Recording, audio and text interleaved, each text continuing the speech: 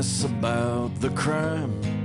No one looks behind the curtain, and no one questions why. The only time we got is right about now. I cross my heart, I take the vow, I'll never turn, I'll never bend. I'm with you now until the end.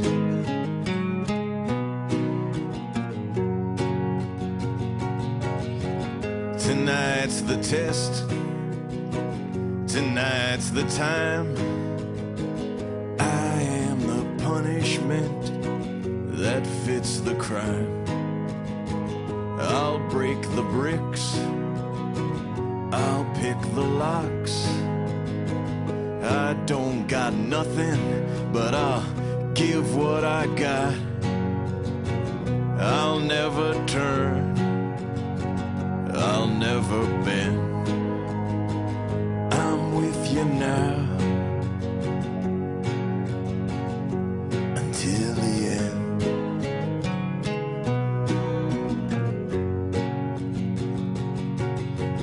Ten trials whose outcomes all fixed from the start.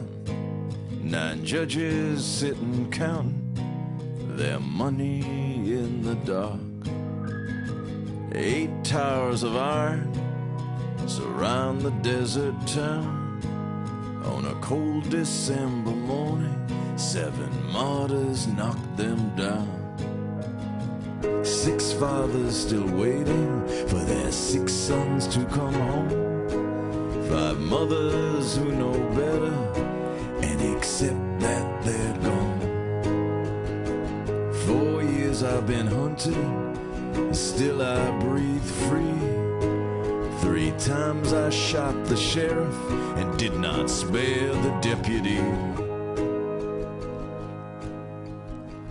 2 prayers I'm praying until we're together. 1 promise I'm keeping tonight and forever. I'll never turn, I'll never bend. I'm with you now until the end. I'll never turn, I'll never bend. I'm with you now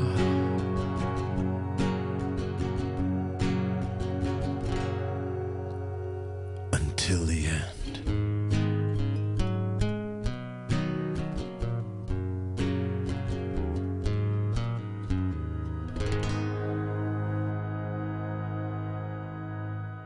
Good evening, welcome to Conspiracy Cafe. I'm your host, George Freund. We're with you now, we're with you to the end. We apologize for not being able to live stream tonight, but we're working on it. So hopefully by next week's show, we'll be back in the saddle in the usual way for the people who like it up front, close, and personal. Things are getting up front, close, and personal in the Middle East. As we speak, Israel's calling up their reserves, massing the tanks, launching airstrikes into the Gaza. It's getting hot over there. It all started with the assassination of this chap here, the al-Jabari top commander of Hamas. The armed wing of al-Qassam brigades poses as for this picture. He was killed in an Israeli airstrike on November the 14th. This is a car that was struck in the city, blown to smithereens.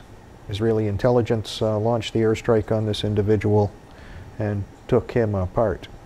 And of course that went over well. And in a way, Israel can get the war that they so well and truly desire. Hopefully not deserve. People are hunkering down in bomb shelters all through Israel. The Iron Dome defense system has taken out roughly 34% of incoming rockets and missiles. So still not a great batting average. We have to be very, very concerned that this will escalate and escalate and escalate, because maybe they got it started right from the very beginning. We did break a very important Google doodle I did that a few days ago. And the Google doodle was called The Gates of Hell. This is the news today, sweeping the world. Israel has opened the gates of hell. We'll get into the doodle a little bit later. It's the Rodin Google doodle. It's not about him per se, because it talked about the thinker, and the thinker really is Dante the poet, or the gates of hell. And it goes through all the various connotations of sin and hell and the journey thereof, the punishment.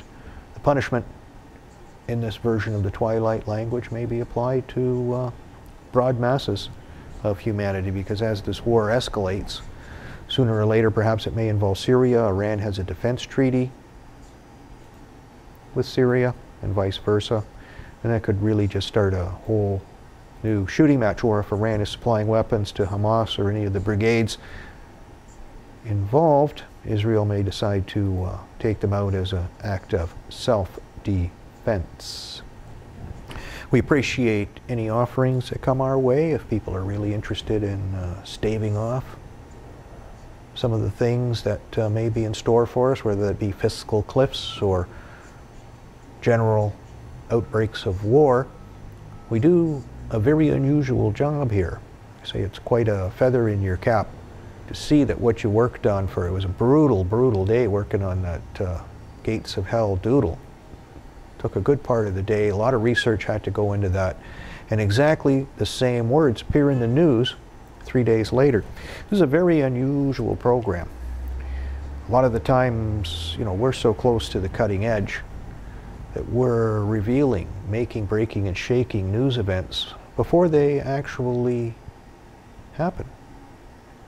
The gift of prophecy here is very, very great. I received an email in the intervening week from the CEO of a major international corporation. His company was shipping chain on the Thor Liberty. If you follow this show, you remember. And if you don't remember, you can look up Thor Liberty on our blog. We tracked that ship out of Finland after it was seized by Finnish authorities for carrying 69 Patriot missiles and 160 tons of explosives.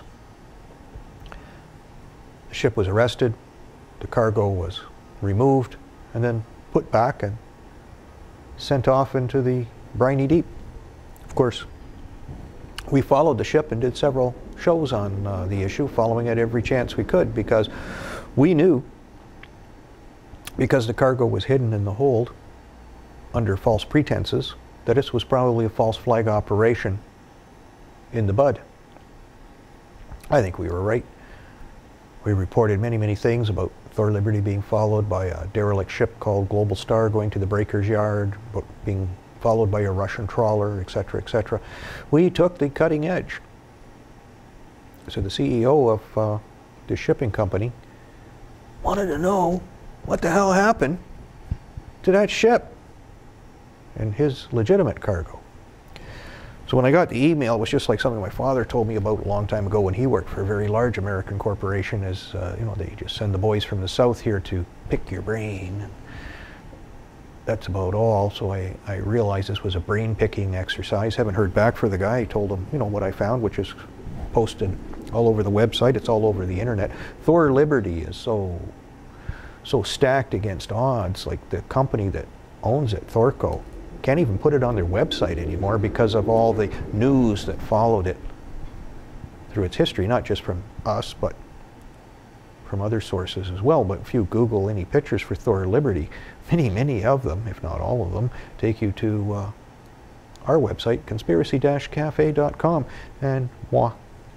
So we do what we can. We try to change the paradigms. We try to save you from the apocalypse. Somehow I think that is a noble cause, a great hobby. We don't do this to be famous. We don't do this to make money. Actually, we spend oodles of money to bring the show to you. We always solicit contributions, whether you send them here in the snail mail at the studio at that channel here at Bay and Dundas, or you contribute on the PayPal. So when you look in the mirror, you tuck your children in at night, you got to wonder, like, what are they worth to you? Because I get the feeling they have absolutely no value to anyone. to get out of the way of a major storm, a major operation, a major war, where you can lose everything you have, everything you ever had, and everything you might ever have in the future. I look at this show as a very good contribution to the survivability of you, your companies, your countries, your lives. But I must be one of the very few who see it. I think you're worth it, and that's why I turn myself inside out to produce this show and bring it to you, because I feel our collective joint survival is worth it. And I get the feeling I'm one of the very, very few, one of the very, very few to read the Twilight language, and one of the very, very few to think that there's any value to the human race. I did post on the website one of my old, I've been doing this for a long time, so I've always wanted to do this, and I'm glad I found the appropriate picture to head it off, which wasn't in my original story years ago, although I didn't really have a great website or anything to put it on. But this is a time capsule, Steve Fawcett, the B-52s and the nuclear shell game. You see, I knew right from the start when that B-52 took off, carrying nuclear missiles, which it should never have. Took off with 6, landed with 5. I knew something went wrong somewhere in the flight, so I didn't hesitate for a second to say that it was a Janet flight. You'll learn something by reading this to learn what a Janet flight is. That's one that's completely off the radar. It's an intelligence operation. No records are kept. Air traffic controllers have to go along. I tagged right from the very beginning that Steve Fawcett, billionaire, adventurer, flew over Area 51 or some other restricted airspace, was shot down, most likely because he saw something he shouldn't have seen. Body found a year later. But, you know, everything's laid out here. Actually, I have to commend someone for actually posting this on Rumor Mill's News. I didn't do it, somebody else did. So it's nice to see that the work gets around, because that's the most important thing. Not that anybody gets credit for it, but that we win the game. We save lives. I was on an alternative media show with this, compliments of my old sidekick, Agent Ladybug, who started this off with me. She was on another show, and with a chap in the States, and we got to talk about all this stuff. And maybe by talking about it, we got them to put that 6th nuclear weapon, the one they'd probably use in a nuclear 9/11, got it to put it away.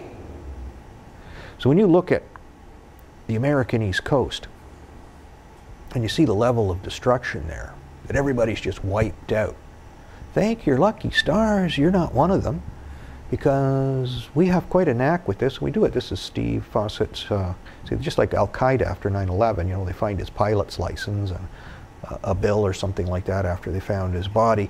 Probably pretty much a red herring there. They found planes going back to the 1920s. They couldn't find him for a good year. So you get good value for your money by supporting this. You get to live. You don't get to go into the nuclear holocaust. A young fellow at work asked me, you know, like, what happens with this nuclear war? What happens when a bomb goes off? I said, you don't want to know.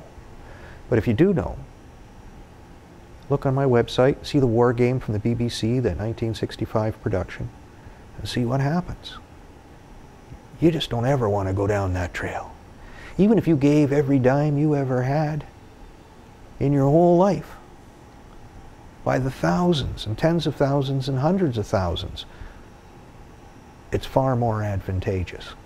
You know, Agent 99 sent me a thing about a blogger in New York who was just wiped out, totally wiped out. It's just like dirt where his house used to be. It's gone. He's gone too. He can't do what he does. It was his profession. For me, this isn't a profession. This is just a vocation. It's all gone. Everything. But of course, if I told that blogger some of the things I know, he might not have reported them or carried them further.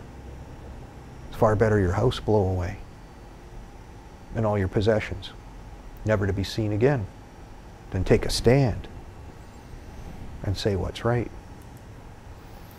So I guess we have to be very unusual people to do that. I think that's good value for the money. Some people don't want to face difficult realities. They want to live through them. And it won't be too long, perhaps, that you have to live through them, whether that be the economics collapse, fiscal cliff, give it that nice name, you know, the trendy buzzword. Fiscal Cliff doesn't sound so bad then, except when the lemmings go over the Fiscal Cliff, or they get their false flag war started. And once it happens, you can't go back.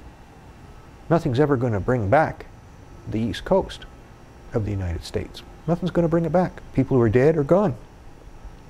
Whatever homes blew away are gone. It's never coming back. If everything that's in your life has no value, well, I guess I can sort of understand that. Then maybe I can't. So our good friend Mitt Romney, in a short little election story, did a fantastic job of cutting off his campaign workers after the election. He cut all their credit cards. People were left stranded all over the place. No food, no shelter, no rooms for anything, no transportation to get back. He just stranded them and left them there. Thanks for coming out, eh? So when we said this guy was a weasel with capital letters, we weren't making it up. To take people who were working for you, devoting their time, their energy, their efforts, to provide you with the ability to get to lead the United States of America, to provide you with that trust, and then to strand them all and leave them behind. Tell me for a minute that this nut bar wouldn't strand you in many other important circumstances. So I'm glad he didn't get to be elected president, because he's a total loser. And Republicans got to be total assholes to keep bringing losers. They keep saying, well, why do we lose the election? Why do we lose the election? I come up with lots of reasons. Big reason is your losers cheated and stole the primaries, Romney being one. We talked about a lot of election fraud there. And probably the real, honest, down-to-earth candidate, Ron Paul, who should have probably been the real leader. He was probably the best candidate for the job. To just hang him out to dry and let these charlatans take over, and then wonder why you lost. We're not all that stupid anymore. So before the election, a big story happened. Iran shot down a U.S. military drone. It was swept under the rug because it probably wouldn't look good for Obama. That's the way it works. They keep everything off the radar until it's too late. We had the big solar eclipse in the southern hemisphere. It was quite an amazing light show for people down there. That's what one looks like. This is the path of the eclipse across the southern hemisphere, a little bit of northern Australia, across the Pacific, over to South America. And there's another rendition of it. Quite an interesting celestial event. I think there's supposed to be a lunar eclipse in December to add a little something to the equation, and that just shows the shadow moving across. You know, what a thing to see. A sign, an omen, a warning, perhaps, of what's to come. Who knows? But a very interesting light show. Then, of course, we go back to the United States. Parts of New York descending into absolute chaos. See, they love chaos. Chaos brings order. New World Order, always. Out of the ashes, the dust, comes the order. And you get fried sometimes with the order. So this article talks about FEMA, the FEMA camps. So what they did for some of these shelters is they put people in dilapidated buildings that are worse than where they came from. So they're not going over too well. And then people wanted to communicate some of these failures to the press, and they were told by the authorities not to do it. They were denied. The internet was taken down. Sounds like something around here. They were denied many, many things. They couldn't recharge their phones. They took down a lot of things with cellular technology so that they couldn't communicate outside. They were held like prisoners incommunicado. And in fact, one of the best places they got to stay was an old jail that was made to house 900 inmates with the Staten Island jail. A lot of these people were put up in tents, no electricity, no heat, no toilets, just a nice little FEMA tent city. The black helicopters fly over top, back and forth, back and forth, back and forth. Lots of money for that. No fuel. Fuel is being rationed, something fierce. People got sick. They got a stomach virus. Oregano oil kills most of those stomach viruses, by the way. So why be trapped when you don't have to be? Think. Volunteering for the FEMA camp was probably not the greatest idea. In the poor neighborhoods, criminals, organized crime are taking over a lot. There's still 250,000 people without power. It's cold. If you've got to stay outside all the time, you won't die, but it's not going to be pleasant. Residents have to take matters into their own hands, which is something I guess the state doesn't like too much, but the bottom line is we have to get by. We had a little reunion of confrères in the intervening time between the shows. One of the chaps I know attended a lecture that was put on by a professor from Ottawa about civil defense. In a nutshell, we can sum it up very, very succinctly. There is no civil defense. Canada does not have a civil defense plan. What we have is a continuity of government plan. So the people that got us into whatever crap hole we're going to step into will survive.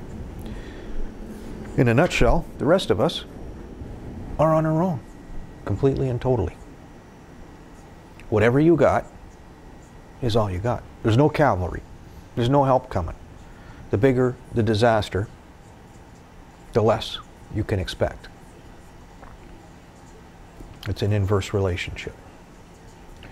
So you're on your own with whoever you know, whoever your neighbors are, your family, friends, associates. That's it. Wherever it goes down, forget it.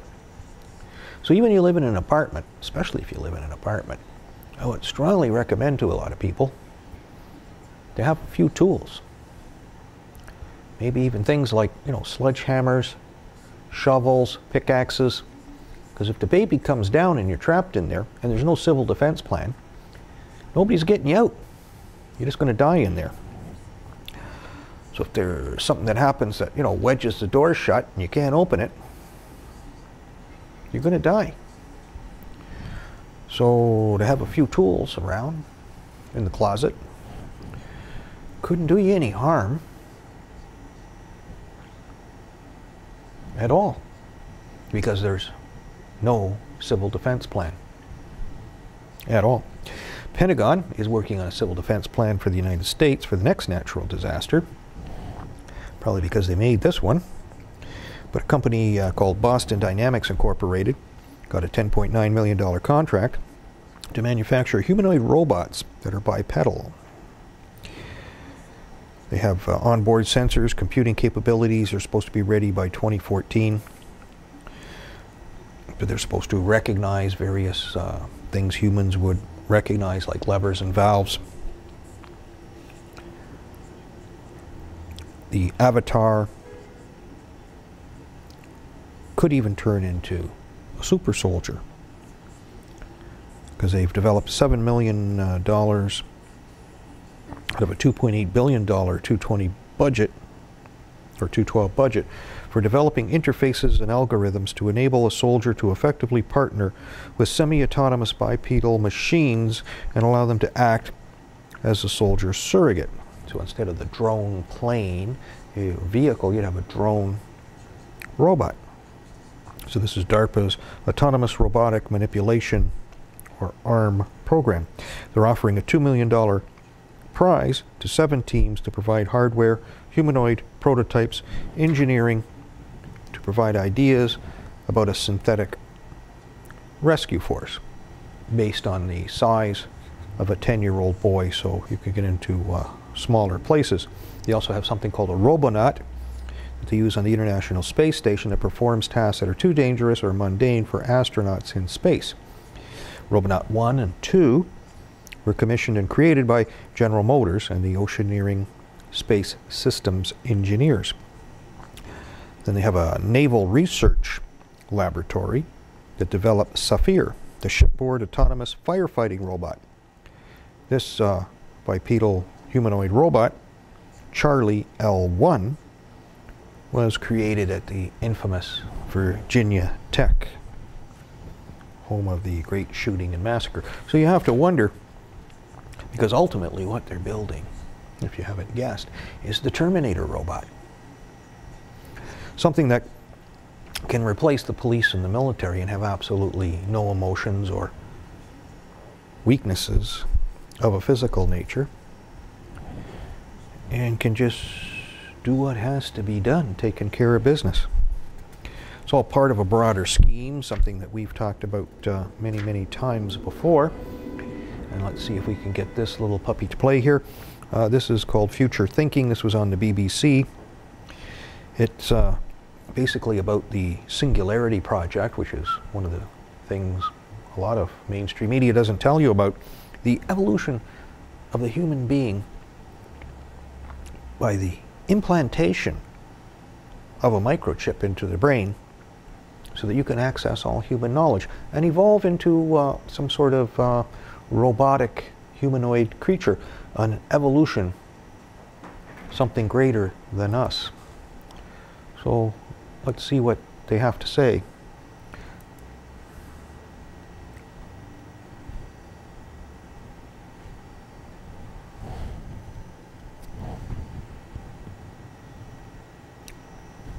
Okay, baby.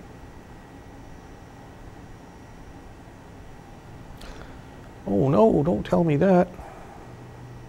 So you gotta hate when that happens, don't you? You mean to tell me that the BBC has taken this away? Well, I guess we don't really have to see. Just looking at this picture is enough. Here's our future here, the humanoid robot with the stuff in the back here. But if you go on the BBC's website and you look up this, you know, will men and machines merge? I guess you can watch it on your own time if it's still around. I don't know if that's something with our internet speed or if they've taken it down, but this is the whole concept of where they want to go. I don't think you want to go there. They had a recent summit of Singularity in San Francisco. And that's about all I can say is we're in a lot of trouble. A lot of trouble with this. So, back to the Fiscal Cliff. You see America has signed a fiscal suicide pact even. That's how they're talking about this in corporate mainstream media even. Telling, you know, even the dum-dums, as the great Kazoo used to say in the Flintstones, how bad bad is. So you can't hide it forever. So in this article, Stealth Republican Obama plans wars in term 2. With 25 million unemployed, 23% of working age Americans without job, poverty, homelessness, and hunger, the privileged elites benefited enormously on Obama's watch. Bipartisan complicity calls for making things worse, not better. Social programs will be hit the hardest. Obama matches Romney's anti-populist agenda blow for blow. They agree on most everything, benefiting corporate favorites and rich elites at the expense of all others. They scorn social America, pretending otherwise unprincipled, reprehensible, and stupid.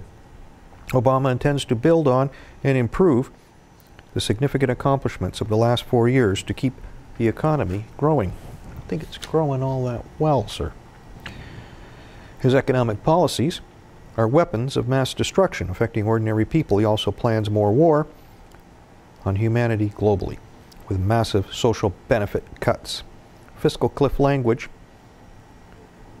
refers to expiring year-end tax breaks, unemployment benefits, 1.2 trillion in largely discretionary sequestered cuts to address them.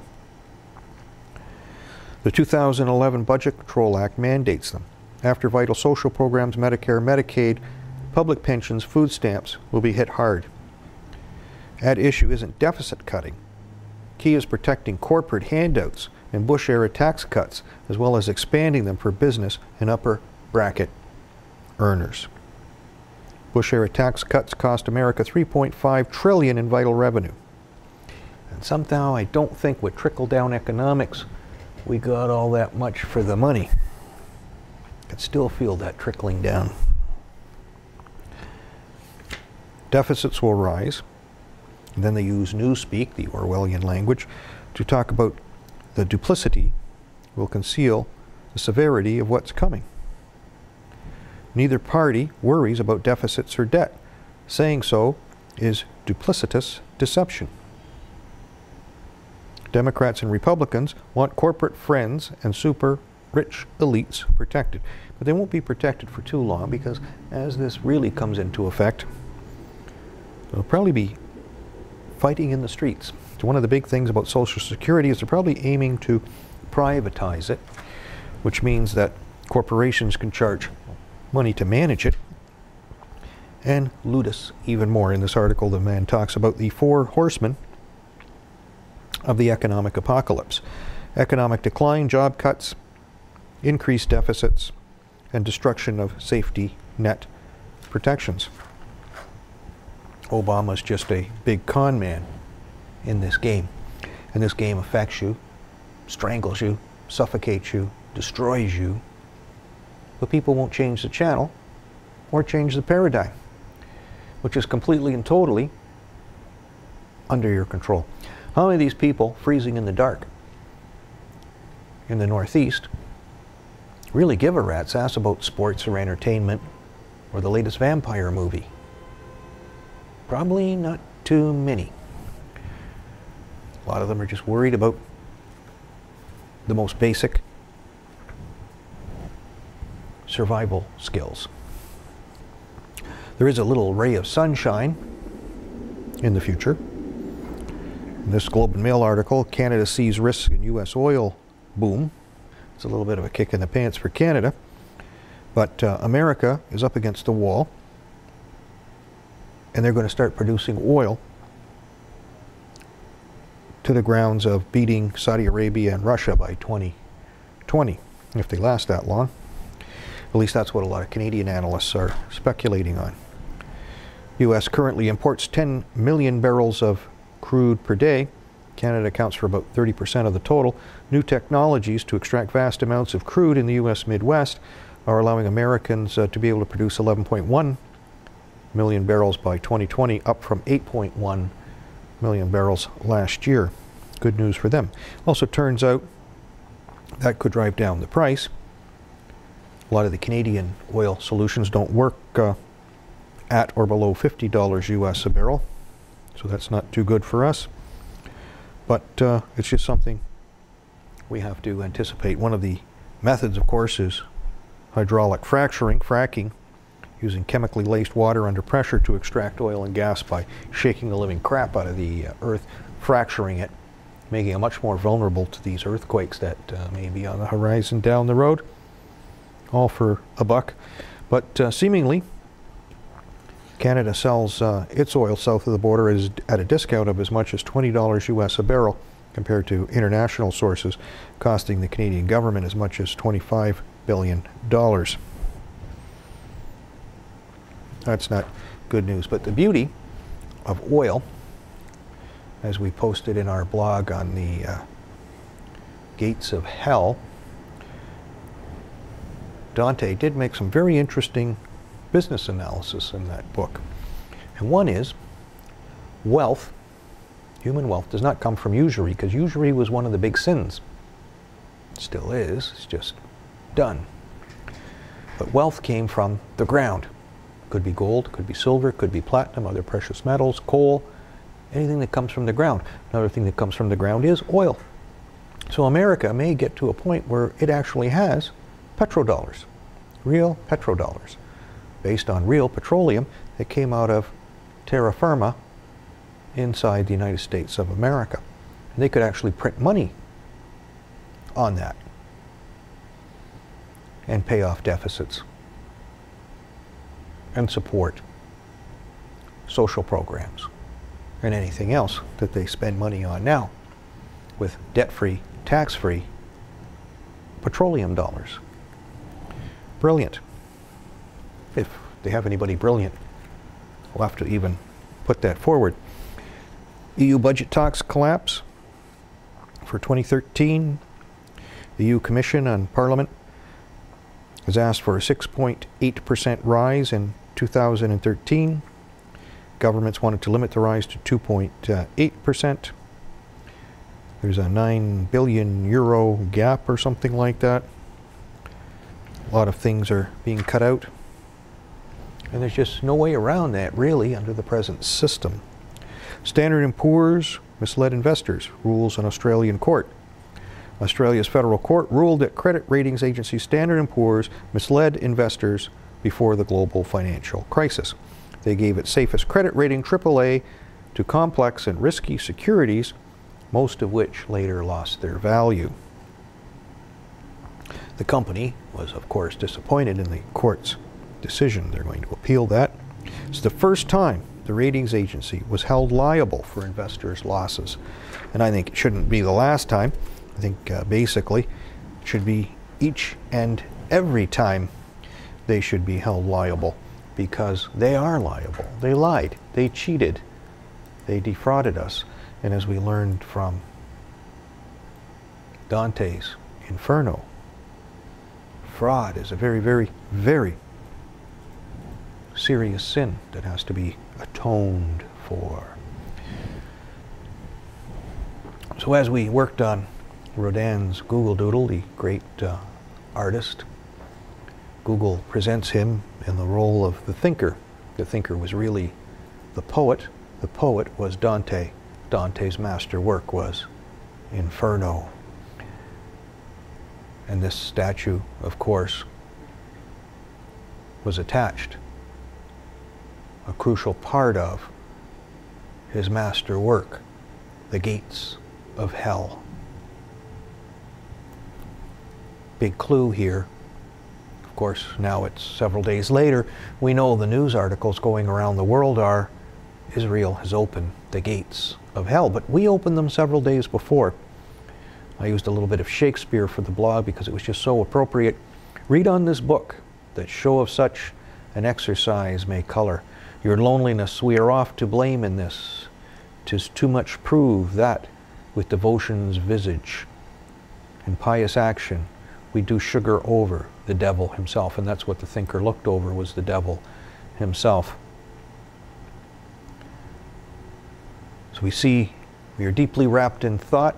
The world is on the verge of not only the fiscal cliff of the financial crisis, but an abyss that will herald an inferno, as perhaps maybe this budding conflict may rise into. There are two distinct scenarios in play. One is man with his weapons of war that include the typical NBC, nuclear, biological, and chemical weapons, and the atypical weather weapons that destabilize the Earth and cause a planetary flux of Atlantean proportions that could shift the surface of the Earth and turn us underwater or under other land masses. There's also an opinion that the giant Nibiru planet, a burned out star perhaps, may be approaching the Earth, and that might be the big planet behind the O in Google. Or it could be the moon from the eclipse. And this is the Gates of Hell. It was planned for the Paris Museum of Decorative Arts. The museum was never built. There were 186 figures enmeshed upon it. The Gates of Hell was a portal, and it could be understood to be the Gates of Hell or the Inferno in prophecy.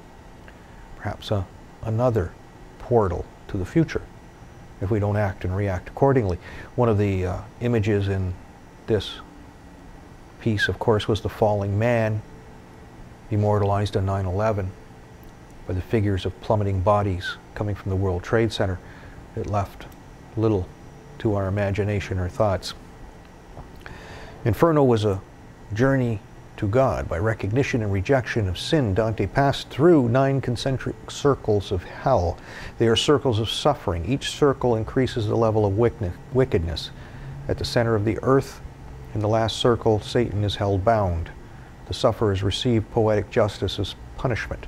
Those who pursue self-interest are stung by wasps and bees. In perpetuity will maggots drink their blood, and tears uncommitted souls who did nothing, and the outcasts from the rebellion of the angels will not fare well. Abandon all hope, ye who enter here. The famous line from Dante's Inferno. And it's something which I say many, many times again. God always says we're all sinners, and one of the, just like in law, there's two types of things. There's acts and there's omissions.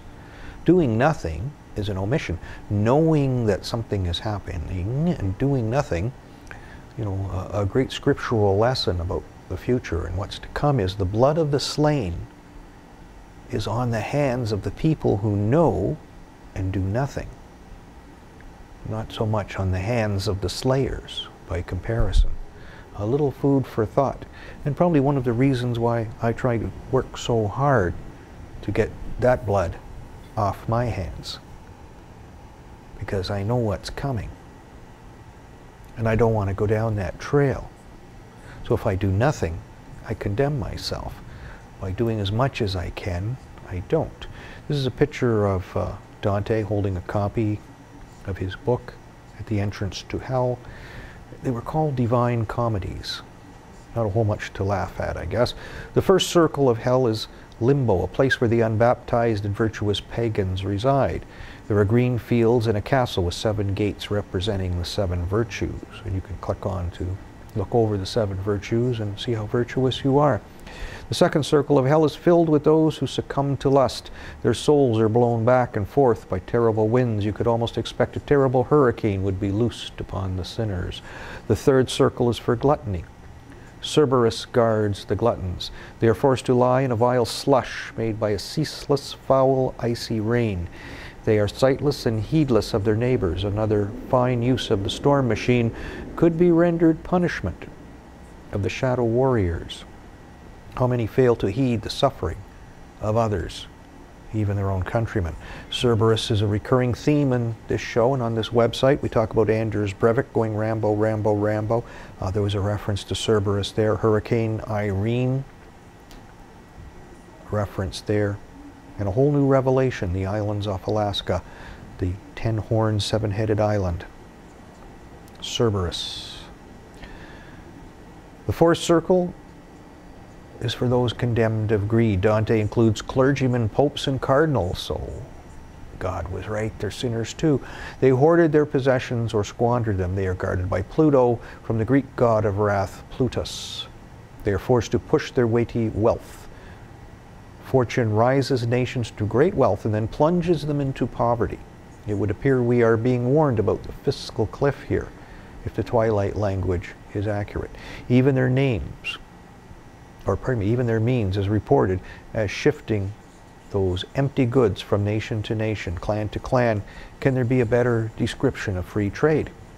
So Dante talks to Virgil, his fellow traveler and poet, going into the Inferno. Master, I asked of him, now tell me too, this fortune whom you've touched upon us now, what's she, who clutches so all the world's goods? And he to me, O unenlightened creatures, how deep the ignorance that hampers you. And that's very, very true. The ignorance seemed to rise to the top in our world. I want you to digest my word on this.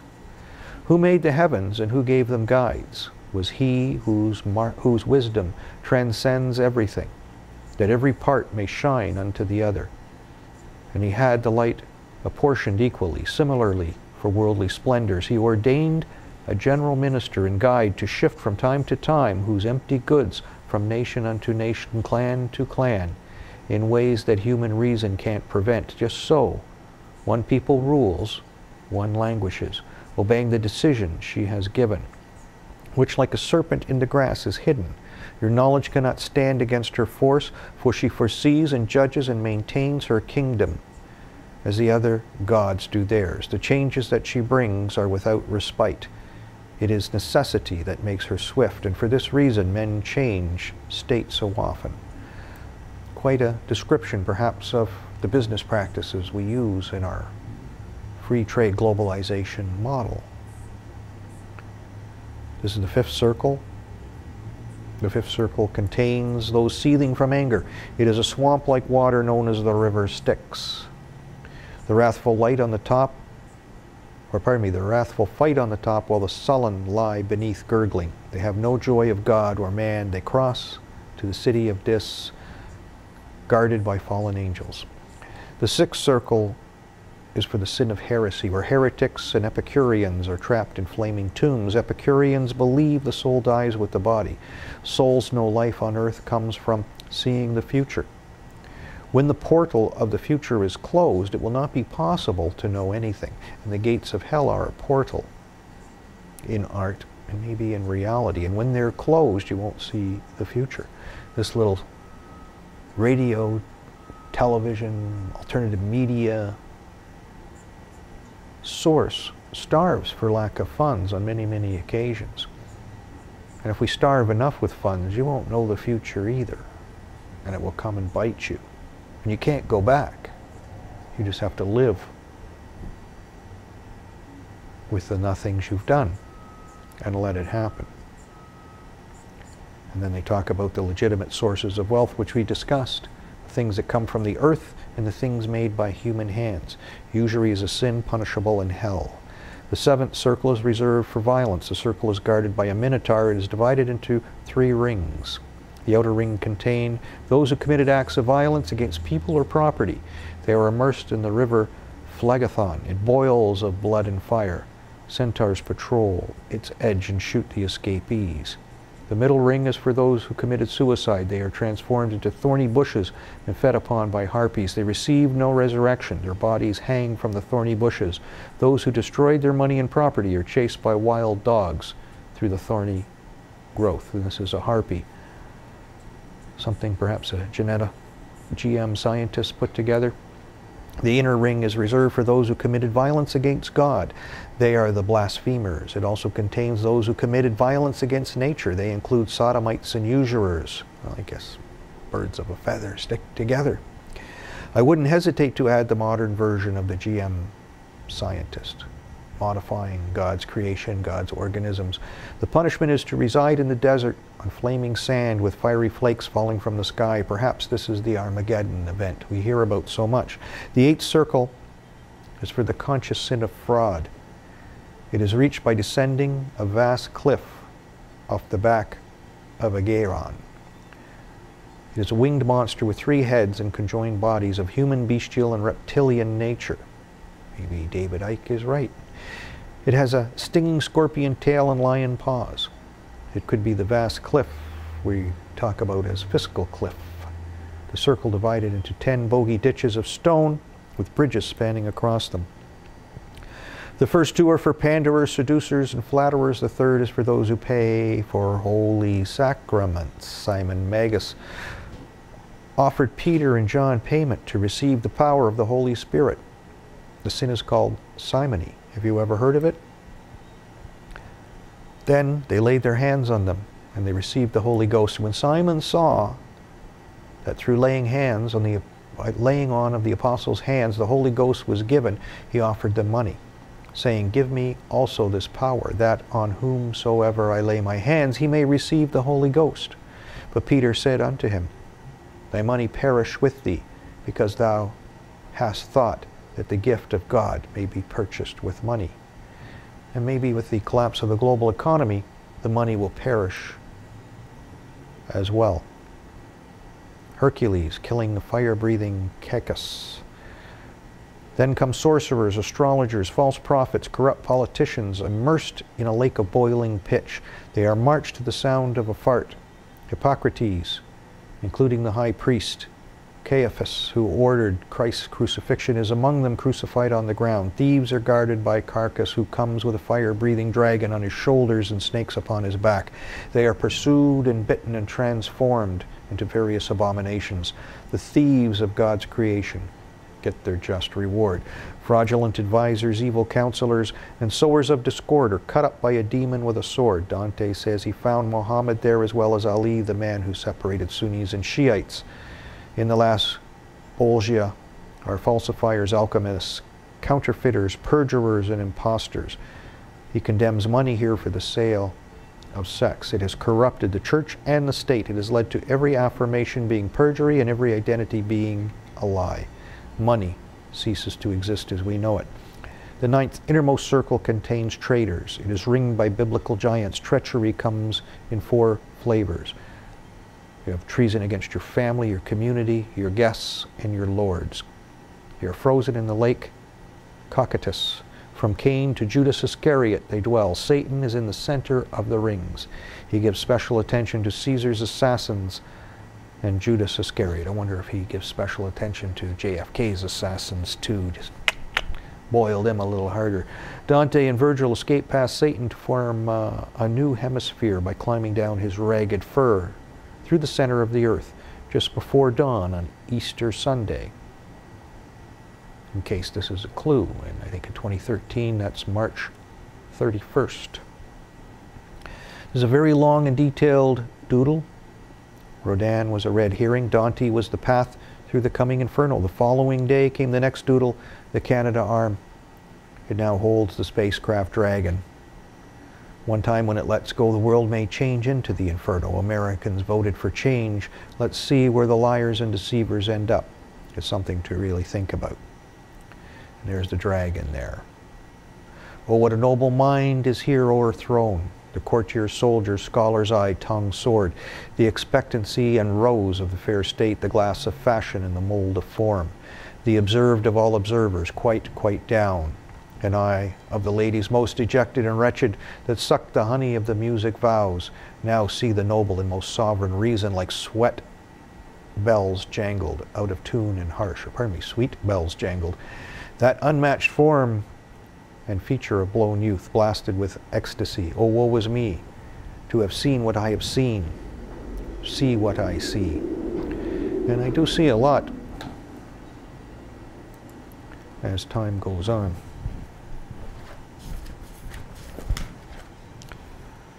We had the Bram Stoker Google Doodle as well, intervening week. He talked about Dracula, of course, being the most important one here. One of the major themes of Dracula was invasion literature. An invasion is on the horizon. Israel may invade the Gaza. Osama was an invasive carrier, like our Dracula, coming ashore, not just in England, but in the Western nations, to be the monster.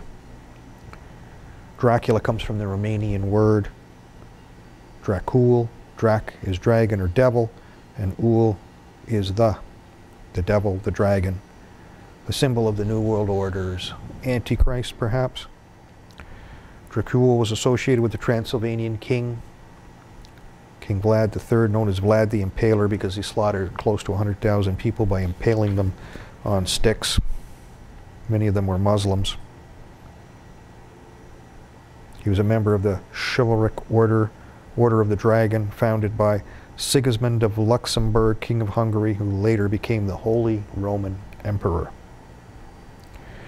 We are drawing a unique angle on the Roman Church. Their emperor is the one, that old dragon, the old devil himself. Who else would commit these barbaric acts of torture and murder? It's always been the history of the Roman emperor to do things like that. He's never understood Christ's vision of loving enemies. Their allegiance is clear. They want to uphold Christianity by fighting the Turks. It's the Crusades over and over again. And this is what we experience again today. Draculs waiting in the wings to invade and attack, perhaps in Iran. That's the primary understanding of this, because it was the 165th anniversary. 165 comes up in the Special Economic Measures Law against Iran in Canada. Also in the New York State law for the same thing, Article 11, Section 185, the Iran Divestment Law. I think that tells us what our clue is. This is an old lithograph of Vlad the Impaler at work here. These monsters believe in blood sacrifice. We don't. True power comes from the God of the universe, not from anything evil like this.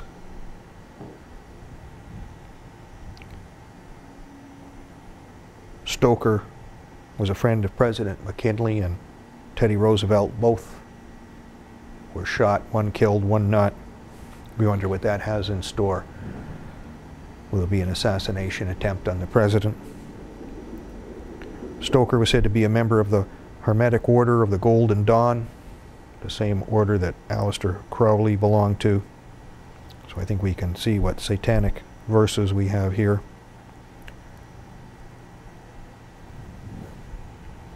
There were rings in this organization too, with the inner ring being the leaders. Are they perhaps the Illuminati, the secret chiefs? There's key dates in here. May 26, 1897, so May 26 may be an important date. That was the date of publication of Dracula. April 20th, 1912 was the date of his death. He died at number 26 St. George Street, and it's ironic that Dracul, the dragon, was slain by St. George. Operation Dracula was a military operation for the invasion of Rangoon in World War II. Something very, very important about that is, of course, one of the big earthquakes just after this came up was in Burma, near Rangoon. Another type of invasion, perhaps. Microsoft founder Paul Allen bought the original text, The Undead, Birds of a Feather Stick Together. And then using the birth year, we found coordinates in Saudi Arabia, north of Yemen. Will that be an important choke point in our subsequent doodle too? Rodin was born in 1840, and his coordinates take us over here into the Red Sea. 18 degrees north, 40 degrees. So will there be something of a naval action happening there in short order? And then one of the bizarre little twists, Prince Charles is a direct descendant of Vlad the Impaler. So is his mother, of course, and his grandfather. So it's in their blood to take your blood. And actually Prince Charles and the Duchess of Cornwall own property in Transylvania, and they're hired by the Transylvanian Tourist Board to show the place off. He jokes, "Transylvania is in my blood. The genealogy shows I'm descended from Vlad the Impaler, so I have to do a bit of a stake in the country." So we can't make it up. It's impossible to make it up. It's just too true. Then this is a little heady piece I wrote, something I've been thinking about for a long time. It's a quantum universe, you know, because it is. The science and the math of the universe dictate relationships and many things other than just little electrons and such like that. The principal interaction in quantum mechanics is between energy and matter, with particle and wave-like considerations. Children study light rays, looking at them as waves and particles. They are both. The natural state of the universe is light. So ergo, our problems and solutions must contain a quantum duality of being wave and particle. Money can both be an asset and a debt. Right can be maintained by doing wrong at times, and wrong can be advanced by doing what is right. Frequently that implies nothing. So by doing nothing, which is right, evil may manifest, so it has to be wrong. On the reverse, using too much force to prevent a crime is wrong, but stopping the crime is right. The dualities are everywhere. However, we frequently only act on a singular plane. We are either wave or particle by nature. If our problems have duality, then so must our solutions. It is incumbent upon us to be like the electron in two places at the same time without certainty. The uncertainty principle dictates that the more we are certain of the position of a particle, the less certain we can be about its momentum. I would argue that the more certain we are about our dogmas and opinions in some matters may at the same time mean that with the uncertainty principle, we're not certain at all. And when we push our dogmas too hard, we actually go wrong. And things we don't consider are right, but they're not under the spotlight. because we forced our attention just in one place. Each side of these dogmas are frequently just cast in stone. We'll fight over them, war over them. The direct application of either unilaterally demands that the system breaks down in total. So if we force just the one without taking into concept other dualities, we force it to break and fracture. My father used to always speak about a happy medium, which should be thought of as a quantum dynamic, a mix of both and neither. And then I guess before the singularity comes in, we can just have our brain and how it works. Our thinking caps, they have the power of the universe, but are limited by a complex set of debased programming methods to descend to the lowest common denominator that always allows powers to take advantage of people and issues with the short-term path of least resistance. If we could apply a broader data set and go beyond our emotional responses to issues, which can be the least thought out options, we could actually solve a problem or prevent a catastrophe. Excuse me, sir, but the ship isn't unsinkable. Imagine tolerating thinking outside of the box. You're usually whipped if you tried anything like that. The problem is knowledge is a closely guarded secret. If those unyielding minds could actually digest free ideas without prejudice, then the solution such shouldn't be so juvenile. In science, every action is supposed to have an equal and opposite reaction. Thought is energy. Government is force. Both rarely contemplate the equal and opposite reaction. The uncertainty principle demands that. Perhaps that's the scientific basis for the phrase, roll with the punches. What is fixed and rigid has no other option but to break under pressure. The barriers we erect must be fluid. They must conform to the laws of the universe. Those laws are based on scientific principles. All too often our enlightened leaders prove they are evidence against evolution by not having the slightest concept of widely held and established laws. As a case in point, I always point out you can't ban anything because it violates the law of supply and demand. You can only move the intersection point. But we only react to emotion. If it feels good, it is good. They react to the aphrodisiac power. If our leaders and institutions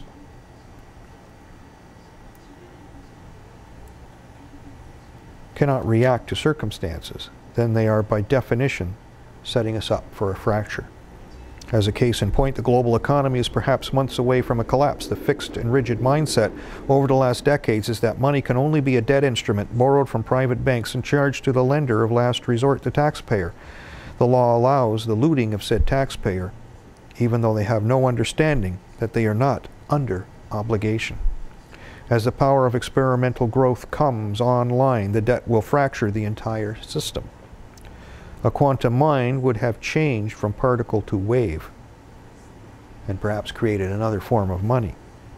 There is no room for error or emotionally weighted sentiment to the weaknesses of the human spirit.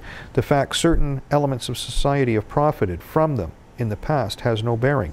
That is why primarily we can't escape boom and bust cycles or the specter of conflict. It is a quantum universe. It is both particle and wave. Left and right are part of the same body. Frequently right is wrong and wrong is right because of the uncertainty principle. That's why it takes a great deal of courage and understanding to solve complex issues. Our leaders break everything down to the simplest common denominator that dooms us to failure. But the key to understanding the issues is coming to grips with the quantum aspects of the universe. Welcome aboard. The next step may propel us through time and space. If we're lucky. But it is a complex world. We have Private Bradley Manning, the gentleman who's supposed to have been leaking WikiLeaks information, looking to plead guilty to some of the charges. He's not doing it specifically pleading guilty. He's trying to plead guilty by exception and substitution, saying, you know, that just segments or parts of the charges he'll plead guilty to, but not in total, even though he made no deal with the government. One of the most serious charges against him is that he's aiding the enemy, or whoever they are. But I have a good feeling the enemy is clearly understood. It's a quantum enemy. The enemy is in the government. The enemy is the fifth column of the shadow government, pressing on him because he released the truth, which is the enemy of evil. CIA Director David Patraeus resigns over an affair, they say, which is difficult to accept because, generally, most of these, various politicians, military men, etc., they all screw like rabbits, to be perfectly frank. It's not like this is any big surprise. President Eisenhower, when he was, the chief of the Allied forces in World War II, regularly traveled and attended social functions with his mistress. They didn't fire him when he got elected to be president. He warned us about the military-industrial complex, too. J. Edgar Hoover, the head of the FBI, the leading functionary, probably the man behind the Kennedy assassination to a great extent, was actively a homosexual and involved with one of his adjutants in a totally illegal relationship at the time. Franklin Delano Roosevelt, President of the United States in World War II, he had a mistress, and his wife Eleanor was probably a lesbian, traveling with another woman all over the place. Nobody had to resign or quit. Nothing was said. John Kennedy, President of the United States, and his brother Robert were banging everything on two legs. Probably responsible for the death of Marilyn Monroe to some degree because of secrets she overheard in the Oval Office. So this is nothing new. The fact that they're making a mountain out of a molehill, like one of the classics that we've talked about in the past, you can Google up the little short on the movie, Charlie Wilson's War. He's in the hot tub. Like Congressman Wilson's in the hot tub with, what, 3 bimbos? And he sees, that there's a big problem in the ship of state and he's got to fix it. Nobody says anything, but now all of a sudden, this one's important. So there's concern that Petraeus' resignation is part of a larger Benghazi cover-up, and I have to agree with that. Paula Broadwell, good name for her, for a younger crowd. Broad always meant female in slang back in the day, in black and white movies and such like that, was an Army counterintelligence reservist.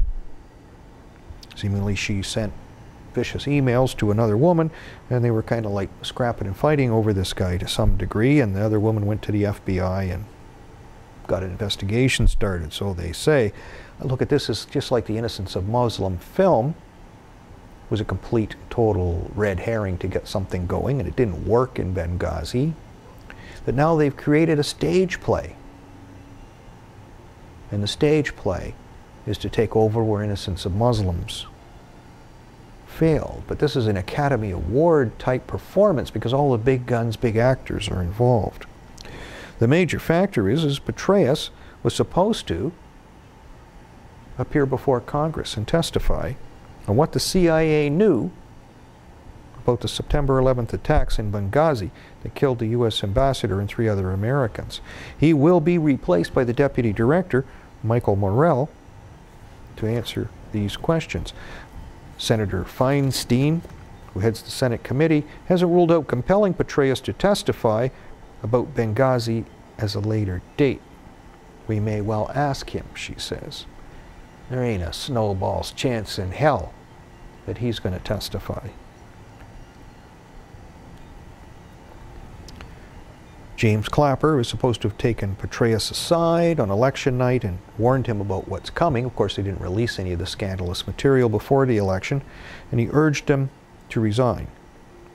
The FBI did not inform the committees that oversee the CIA until Friday, after the news about Petraeus broke. So the media broke the story. The FBI told no one in charge. Committees weren't informed.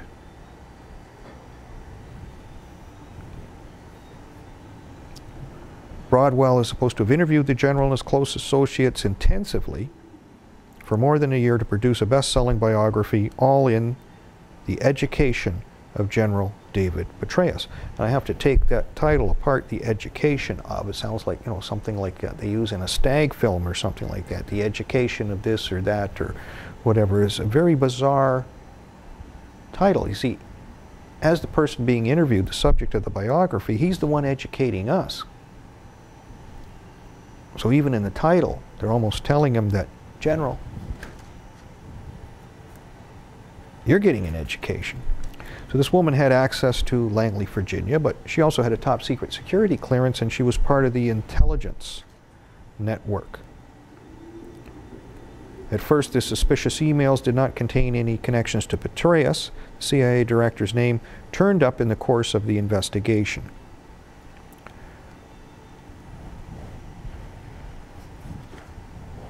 The FBI waited until Election Day, as we said. Clapper notified him on that evening at 5 p.m. Told him to do the right thing, to step down. And allegedly they told Obama. Senior officials at the Pentagon, the CIA, and Congress knew nothing of the FBI's investigation of Patraeus until Thursday. Some key officials were not briefed until Friday. So if this is such an important thing, just like, you know, you cracked the hull on the Olympic Titanic, you know, nobody tells the captain we're taking in water. Find that very hard to believe. This looks like a vast, well-orchestrated clandestine effort to centralize power behind the presidency, preparation likely to lead to expansion of executive power, according to this article. Why else did the CIA spy master resign?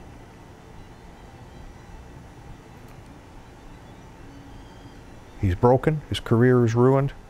He's tied to the phony war on terror, where he paid off Ba'athist terrorists who are now tearing Iraq apart.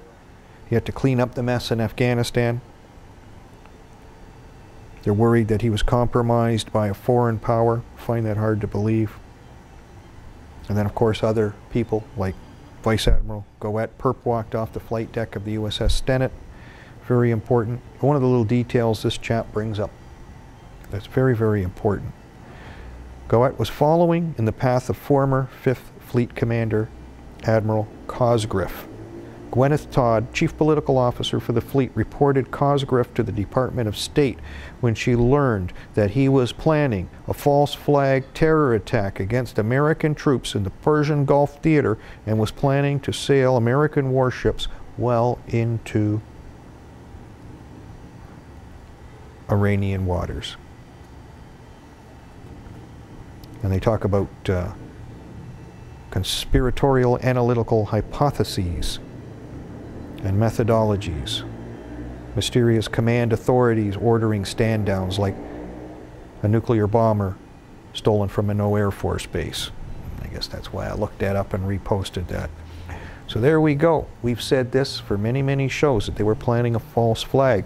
This reporter found it. She named the admiral. They were gonna do it.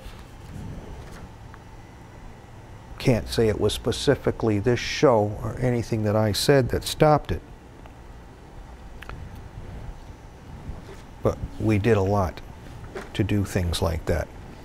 Broadwell scandal, not the first time Patraeus was sloppy with his emails. In 2010, he leaked his own emails by scheming with neocon Max Boot. So seemingly to get out some good propaganda for the team, he leaked his own email. So it's not the first time he's done this. So this is a stage play. This woman who, Paula Broadwell, just reeks of, you know, having something about her. It just reeks of it. She's like the Mata Hari of the world here. There's a picture of her. There we go. So here's the interlocutor-in-chief here with his femme fatale, Paula Broadwell. So I imagine in the close confines of the office, he'll talk, She's the Mata Hari. She's gorgeous. Who's not going to say, you know, just say, hey, you know, I promised I'll be a Vestal Virgin. I've been in the desert here for 5 years. Haven't seen anything but a donkey's ass or a camel's butt, so I'll stay away from you. When this woman walks by, even JFK's eternal flame in Washington burns a little higher and a little brighter. But the big thing is, it's a fakearoo. As one blogger responded, you know, these were Gmail accounts. Who in the CIA is using Gmail accounts? You should be horsewhipped for that. So it looks like Larry Page, Sergey Brin, and the gang at Google can read all the CIA's mail. Well, of course they can. And then what can they do with that? They can put it in a Google Doodle and share it with us. But the big factor is this deputy director of the CIA, Mike Morrell, who is going to testify, was exposed in Vanity Fair magazine. He was the guy who was the head of the bin Laden whack team. He was involved in the flawed analysis of Saddam's weapons capability. Mr. Yellowcake. He's the guy. He's the bagman for Obama and the shadow government. End of story. So you take out the guy who knows the real answer. Real CIA agents were under fire on September 11th in Benghazi. Real patriots and heroes were killed. He knows a little bit about this, and nothing's going to be done about it. So this will conceal the details of Stephen's murder and the buildup of U.S.-sponsored terrorists in the Benghazi sector of Libya. Patraeus' initial statements to Congress behind closed doors on September 14th led legislators to believe that the absurd film trailer was the cause of the uprising. The general's ridiculous declarations made under orders from the White House, who probably had the goods to blackmail him. So this author, John Rappaport, well-known reporter, says it's the White House that actually was blackmailing and controlling Patraeus. Paula Broadwell was the classic honey trap, by circumstance, by accident, or on purpose. She had a long military background. She's a graduate of West Point, directed the counterterrorism studies at Tufts University, and worked with the FBI Joint Terrorism Task Force.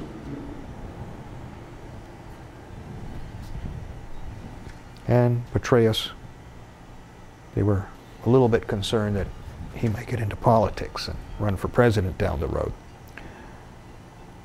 Then another thing that's going on behind the scenes is the State Department is considering transferring the blind sheikh, Omar Abdel Rahman, back to Egypt for humanitarian reasons.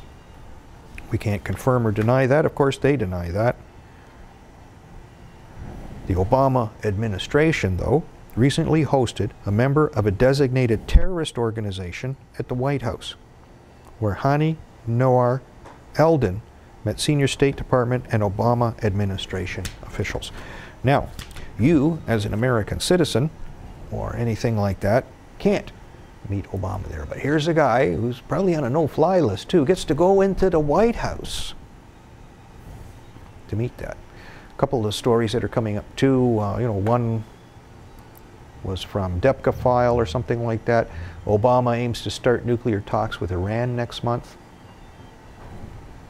That's kind of off the radar over here. So he's in league with many, many, many things outside of just the Chicago mafia.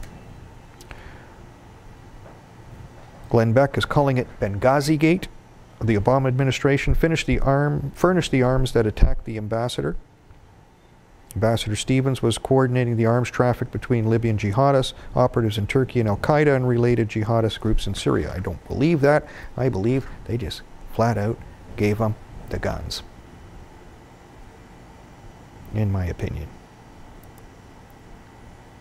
And they used those guns to take them off. Let's see what Paula has to say here. She spoke at the University of Denver some time ago. His new role has a very difficult situation now in the center of the situation in Benghazi. Do you have any comment?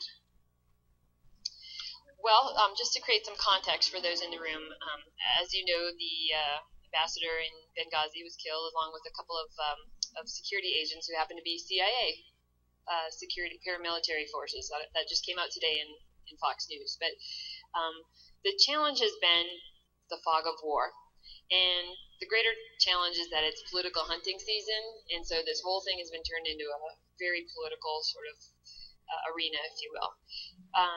But the facts that came out today were that the ground forces there at the CIA annex, which is different from the consulate, were requesting reinforcements. They were requesting it's called the Sinks and Extremist Force. A group of Delta Force operators are most talented guys we have in the military. They could have come and reinforced the consulate and the CIA annex that were under attack.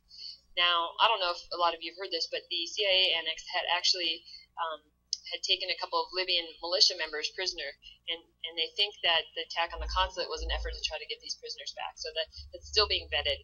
The challenging thing for General Patraeus is that in his new position, he's not allowed to communicate with the press. So he's known all of this. They had correspondence with the CIA station chief in Libya. Within 24 hours, they kind of knew what was happening. But if you remember at the time, the Muslim video, the Muhammad video that came out, the demonstrations that were going on in Cairo, there were demonstrations in 22 other countries around the world, tens of thousands of people. And our government was very concerned that this was going to become a nightmare for us. So you can understand if you put yourself in his shoes or Secretary Clinton's shoes or the president's shoes, that we thought it was tied somehow to the demonstrations in Cairo. Okay. So this lady seems to know quite a lot. Patraeus doesn't get to talk too much, but very, very interesting little speech. Then we have another guy who kind of got into a sticky wicket with a picture.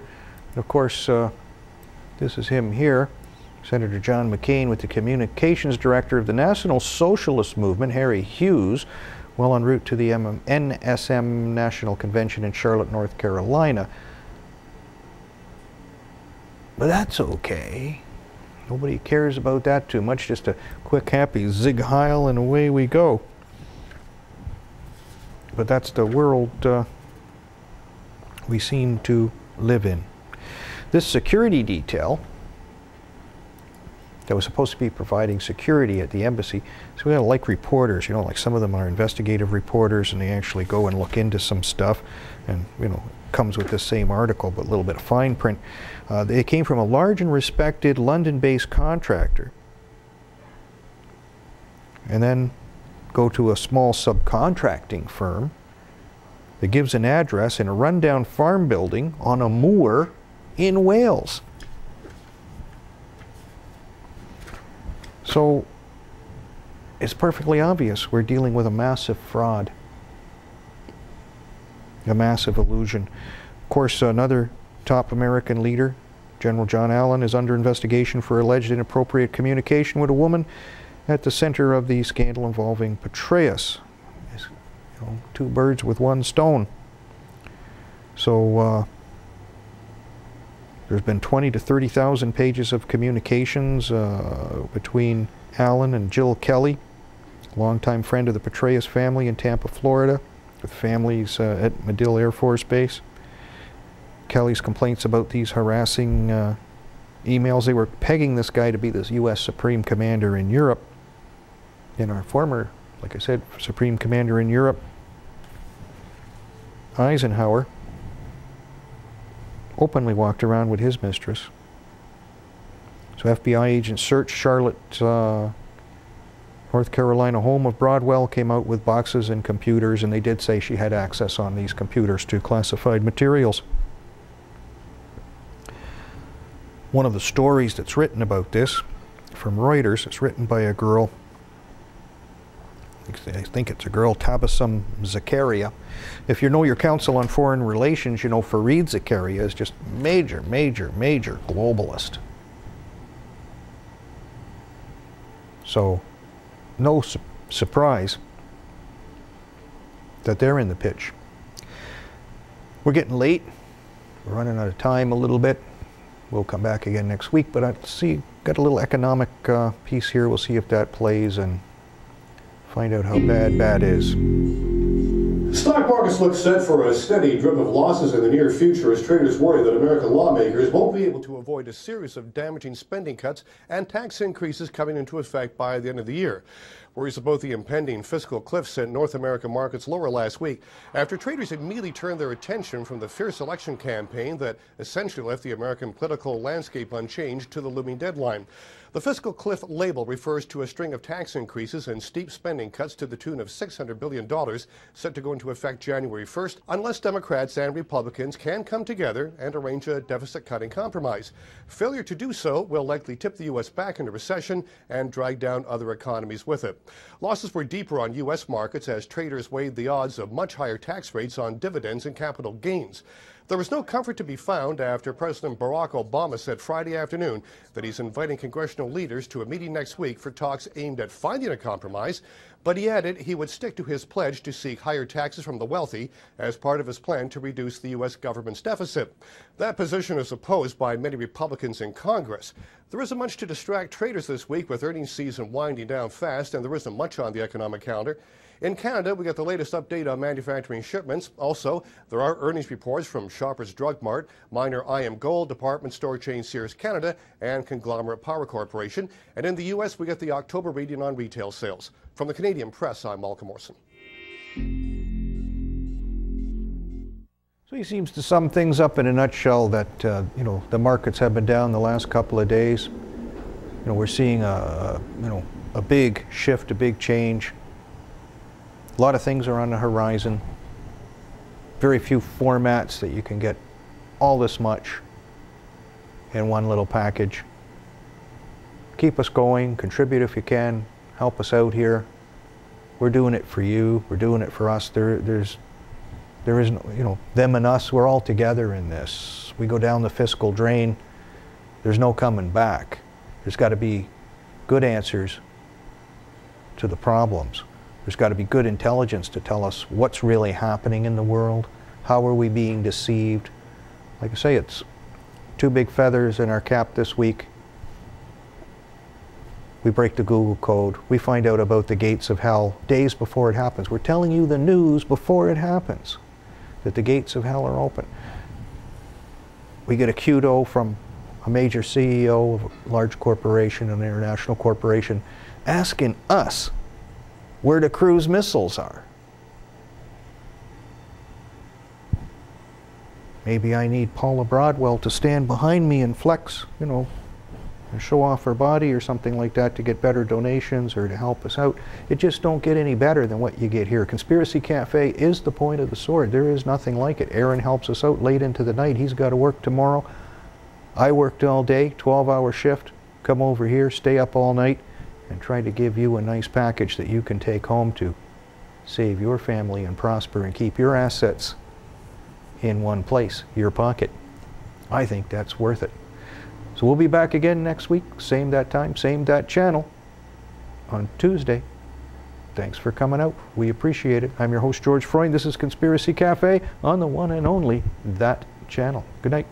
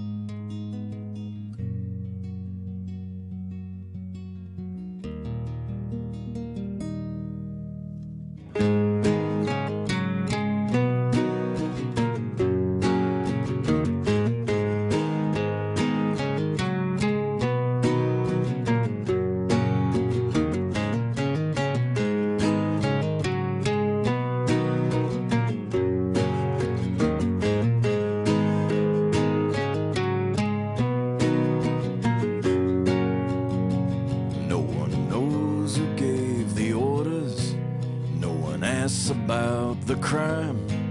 No one looks behind the curtain, and no one questions why. The only time we got is right about now. I cross my heart, I take the vow, I'll never turn, I'll never bend. I'm with you now until the end.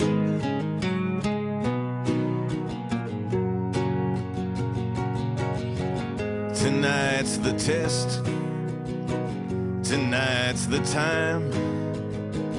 I am the punishment that fits the crime. I'll break the bricks, I'll pick the locks. I don't got nothing, but I'll give what I got. I'll never turn, I'll never bend. I'm with you now until the end.